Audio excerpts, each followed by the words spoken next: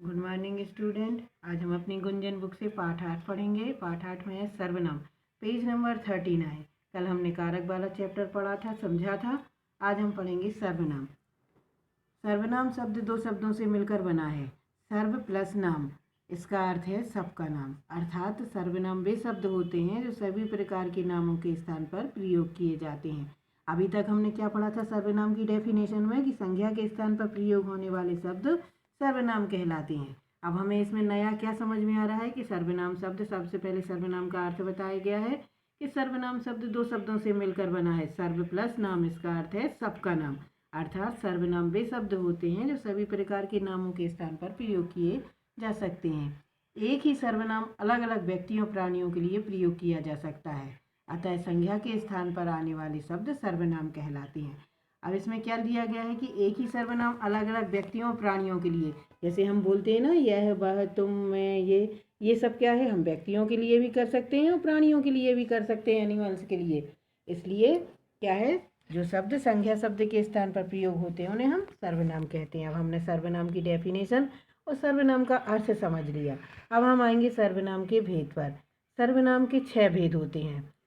क्या होते हैं? सर्वनाम के 6 भेद होते हैं। सबसे पहला है पुरुषवाचक सर्वनाम, दूसरा है निश्चयवाचक सर्वनाम, तीसरा है अनिश्चयवाचक सर्वनाम, चौथा है प्रश्नवाचक सर्वनाम, पांचवा है संबंधवाचक सर्वनाम, छठवा है निजवाचक सर्वनाम। अब हमने सर्वनाम के 6 भेद समझ लिए। अभी हमने सबके नाम जाने हैं। उसके बाद हम क्या करेंगे, सभी सर्वनामों को एक एक करके हम समझेंगे। सबसे पहले आएगा पुरुषवाचक सर्वनाम। बोलने वाले, सुनने वाले तथा किसी अन्य व्यक्ति के लिए प्रयोग किए जाने वाले सर्वनाम शब्द पुरुषवाचक सर्वनाम कहलाते हैं। जैसे मैं, हम, वह, तुम, वह आदि। क्या है पुरुषवाचक सर्वनाम की डेफिनेशन क्या है? बोलने वाले और सुनने वाले, जैसे अभी हम बोल रहे हैं और आप सुन रहे हो, तथा किसी अन्य व्यक्ति के लिए प्रयोग किए जाने वाले सर्वनाम शब्द पुरुषवाचक सर्वनाम कहलाते हैं। इसके लिए भी हमें उन्हें पहचान के लिए बताया है कि जहाँ मैं है, हम है, तुम, वह, ये क्या है? पुरुषवाचक सर्वनाम है। जैसे पिक्चर बनी हुई है, उसमें एक लड़का क्रिकेट खेल रहा है, तो उसमें क्या है? मैं क्रिकेट खेल रहा हूँ, तो ये क्या हो गया? पुरुषवाचक सर्वनाम। अब पुरुषवाचक सर्वनाम के भी 3 प्रकार होते हैं। कौन कौन से होते हैं? उत्तम पुरुषवाचक सर्वनाम मतलब बोलने वाला, मध्यम पुरुष सर्वनाम मतलब सुनने वाला, और अन्य पुरुष सर्वनाम मतलब कोई अन्य व्यक्ति। और उसके लिए अलग अलग दिए गए हैं उसकी पहचान के लिए। जैसे उत्तम पुरुष सर्वनाम जो बोलने वाला है उसके लिए क्या है?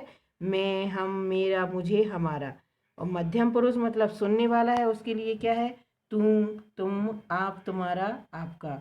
और अन्य पुरुष सर्वनाम में क्या आ जाएगा? वह, वे, यह, उसे, उन्हें। अभी हमारा पहला हो गया पुरुषवाचक सर्वनाम, आपको समझ में आ गया। एक बार और रीडिंग करना बेटा। और अब हम आएंगे सेकंड वाले पर, निश्चयवाचक सर्वनाम।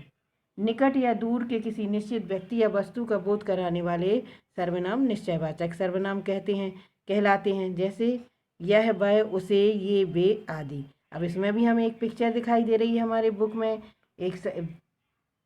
एक लड़का खड़ा हुआ है और एक आदमी साइकिल पर जा रहा है। तो वो लड़का क्या कह रहा है? बच्चा क्या बोल रहा? ये वे मेरे चाचा जी हैं। क्या है? वे मेरे चाचा जी हैं। तो क्या है? किसी निकट या दूर के किसी निश्चित व्यक्ति या वस्तु का बोध कराने वाले शब्द क्या होते हैं? निश्चयवाचक सर्वनाम कहलाते हैं। अब हम आएंगे पेज नंबर 4040 पर। तीसरा है अनिश्चयवाचक सर्वनाम। वे सर्वनाम जो किसी अनिश्चित व्यक्ति, वस्तु या प्राणी की ओर संकेत करते हैं उन्हें अनिश्चयवाचक सर्वनाम कहलाते हैं। जैसे कोई, कुछ आदि। अब इसमें क्या है? हमें इसमें 2 पिक्चर दिखाई दे रही हैं।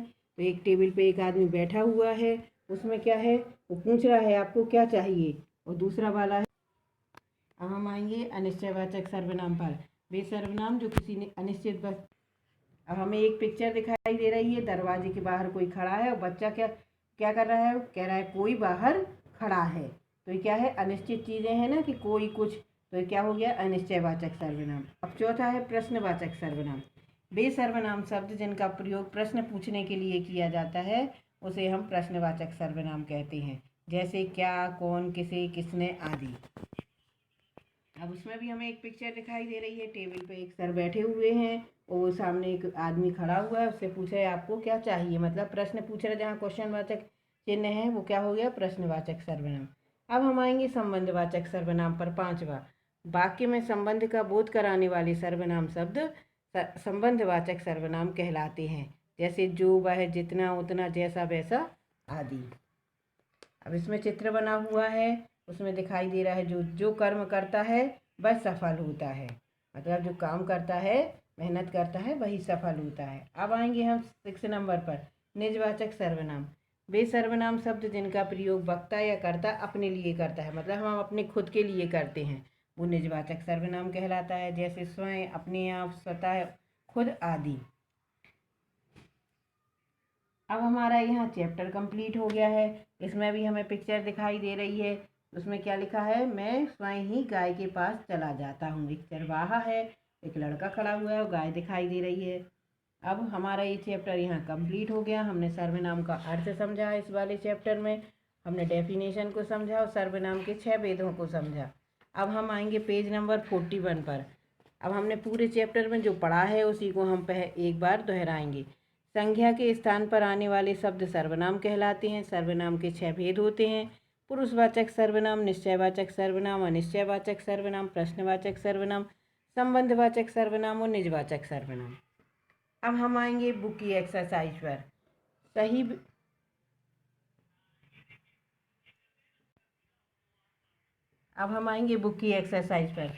सही विकल्प पर सही का निशान लगाइए। अब 3 ऑप्शन दिए गए हैं, उसमें से एक सही है, हमें उस पर सही या गलत का निशान लगाना है। सर्वनाम का प्रयोग किसके स्थान पर किया जाता है, वाक्य के, शब्द के या संज्ञा के, तो आ गया संज्ञा के। सेकंड है, सर्वनाम के कितने भेद होते हैं, 4, 6 के 5, तो कितने होते हैं, 6, अभी हमने चैप्टर में पढ़ा है। निश्चित वस्तु का बोध कराने वाले सर्वनाम को क्या कहते हैं, पुरुषवाचक सर्वनाम, निजवाचक सर्वनाम के निश्चयवाचक, तो इसमें तीसरा वाला सही है, निश्चयवाचक सर्वनाम।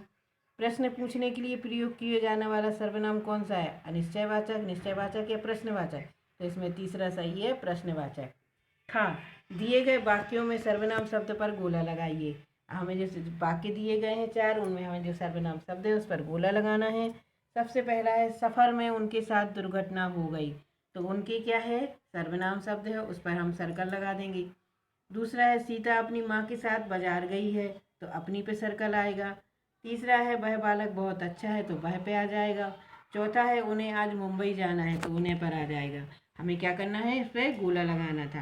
अब हम आगे बढ़ेंगे। दिए गए सर्वनाम शब्दों का वाक्यों में प्रयोग कीजिए। हम आपको वाक्य बनाना बता दे रहे हैं, बाकी आप अपने आप से भी बना सकते हैं। सबसे पहले है, मैं आज स्कूल गई थी। तुम कहाँ हो, वे बाजार जा रहे हैं, उसकी कल छुट्टी है, गाड़ी अपने आप ही चल पड़ी। अब हम आएंगे पेज नंबर 42 पर। रिक्त स्थानों में सही सर्वनाम शब्द भरिए। हमें खाली स्थान दिए गए हैं 4, हमें उसमें क्या करना है, सही सर्वनाम शब्द को भरना है। पहला है, घर के खर्च का बोझ मैं उठाती हूँ, हमें प्रतिदिन व्यायाम करना चाहिए, आज हम नहीं आएंगे, क्या तुम मेरे मित्र हैं। उसमें सबसे पहले में आएगा मैं। अब जो खाली स्थान है, रिक्त स्थानों में सही सर्वनाम शब्द भरिए। अब फोर्थ वाला है, उसमें गलत हो गया था, आप में तुम हटा के आपको उसमें लिखना है, क्या आप मेरे मित्र हैं, क्वेश्चन वाचक आ रहा है उसमें। अब आएगा, दिए गए वाक्यों में सर्वनाम शब्द छांटिए और उसके भेद लिखिए। अब हमें इसमें जो वाक्य दिए गए हैं 4, उसमें से सर्वनाम शब्द अलग लिख देना है और सर्वनाम कौन से सर्वनाम का भेद है वो भी बताना है। सबसे पहला है, यह एक पुराना किला है, तो यह सर्वनाम शब्द है और क्या है, वो क्या बता रहा है कि यही एक पुराना किला, मतलब जो निश्चित चीज़ें हैं, तो क्या आ जाएगा, निश्चयवाचक सर्वनाम। दूसरा है, जैसा करोगे वैसा भरोगे, तो इसमें क्या आएगा, जैसा और वैसा आ जाएगा सर्वनाम, और इसमें संबंध बताया जा रहा है, तो क्या है, संबंधवाचक सर्वनाम। धीरज को किससे काम है, इसमें क्या आएगा, किससे आ जाएगा सर्वनाम शब्द, और प्रश्न पूछा जा रहा है तो ये प्रश्नवाचक सर्वनाम। चौथा है, हम अजनबी नहीं हैं, तो इसमें हम सर्वनाम है और ये पुरुषवाचक सर्वनाम है। आज का हमारा ये चैप्टर कंप्लीट हो गया। अब हम अगले वीडियो में फिर मिलेंगे।